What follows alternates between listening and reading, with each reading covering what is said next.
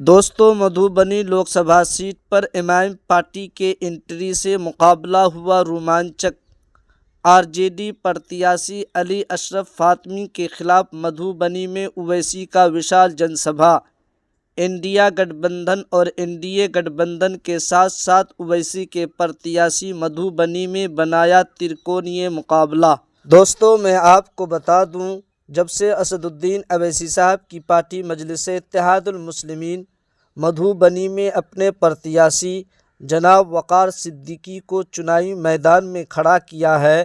तभी से Madhubani Lok Sabha seat media में चर्चा का विषय बना हुआ है। दोस्तों, एमआईएम पार्टी के प्रमुख बैरिस्टर जनाब असदुद्दीन अवैसी साहब वीडियो मैसेज के ज़रिए से अपनी बातों को शेयर किया है कि मैं आरजेडी प्रत्याशी अली अशरफ फातमी के खिलाफ चुनाव प्रचार करने के लिए मधुबनी आऊँगा और अपने प्रत्याशी जनाब वक़ार सिद्दीकी के लिए डोर टू चुनाव प्रचार करूँगा। वहीं दोस्तों, मैं आपको बता दूं, एमआईएम पार्टी के प्रत्याशी जनाब वक़ार सिद्दीकी लगातार मधुबनी के अलग अलग हिस्सों में घूम कर डोर टू डोर वहां के लोगों से वोट मांगते हुए नजर आ रहे हैं।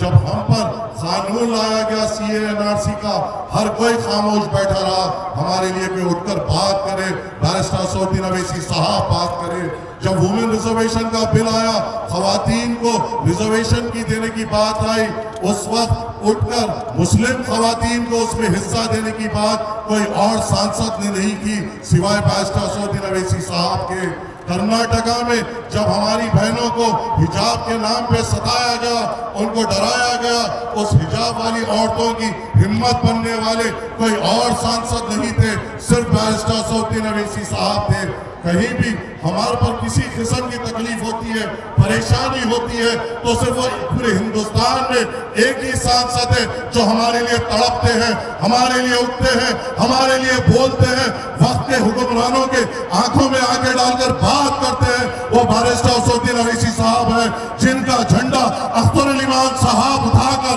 आपके दरमियान में आए हैं। असदुद्दीन अवैसी साहब को मजबूत करने अख्तर अली मान साहब दिनों रात आपके साथ फिर रहे हैं। अख्तर अली मान साहब का बस एक ख्वाब है कि उस लोकसभा में जाऊं तो बैरिस्टर असदुद्दीन अवैसी साहब के साथ ठहरूं, उस लोकसभा में जाऊं तो बैरिस्टर असदुद्दीन अवैसी साहब की तरह बात करूं, उस लोकसभा में जाऊं तो किशनगंज के लोग नौजवानों की रोजगार की बात कर सकूं, उस लोकसभा में जाऊं तो यहाँ पे अच्छे अस्पताल मिलने की बात कर सकूं, उस लोकसभा में जाऊं तो यहाँ के नौजवानों को अच्छे स्कूल और कॉलेजेस देने की बात कर सकूं, उस लोकसभा में जाऊं तो यहाँ के